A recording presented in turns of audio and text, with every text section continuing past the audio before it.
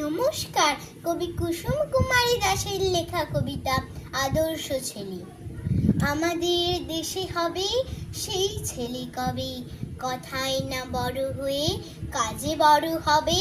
মুখে হাসি, বুকে বল, তেজে ভরা মন, মানুষ হইতে হবে এই তার পণ। বিপদ আসিলে কাছে হও আগুয়ান, নাই কি শরীরে তব রক্ত মাংস প্রাণ।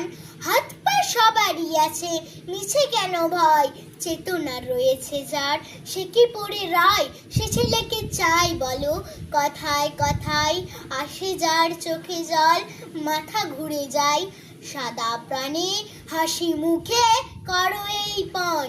মানুষ হইতে হবে মানুষ যখন, কৃষকের শিশু কিংবা রাজার কুমার, সবারই রয়েছে কাজ এ বিশ্ব মাঝার।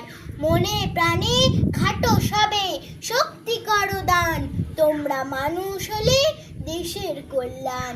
নমস্কার।